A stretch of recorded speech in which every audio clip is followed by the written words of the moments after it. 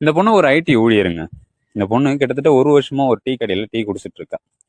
அப்போ அந்த tea master இருக்காரு இல்லையா, அந்த மாஸ்டர் வந்து இந்த பொண்ணு மேல ஒரு அதீதமான காதலை வச்சுட்டாரு.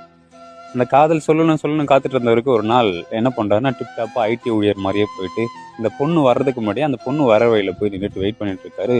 ஆனால் அந்த பொண்ணு வரலங்க.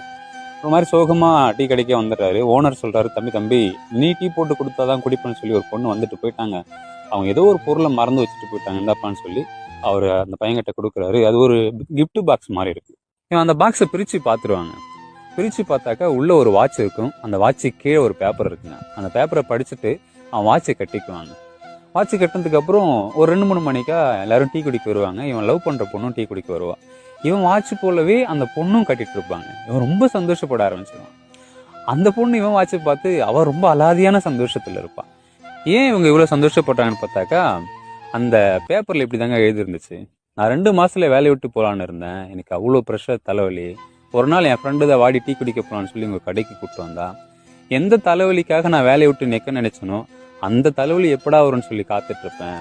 உங்க டீ அவ்வளோ பிடிச்சிருந்தேன் எனக்கு. நான் டீயை மட்டுமே சொல்லலை, உங்களையும் தான் சேர்த்து சொல்றேன். உங்களுக்கு என்ன பிடிச்சிருந்தாக்கா உங்க கையில நான் கொடுத்த வாட்ச் இருக்கணும்னு சொல்லி அந்த பேப்பர்ல எழுதியிருக்கீங்க. இப்படிப்பட்ட ஒரு ப்ரொபோசல் வந்த பிறகு சந்தோஷப்படாம வேற என்னங்க பண்ண முடியும்? எப்படி இருந்து சொல்லுங்க இந்த காதல்?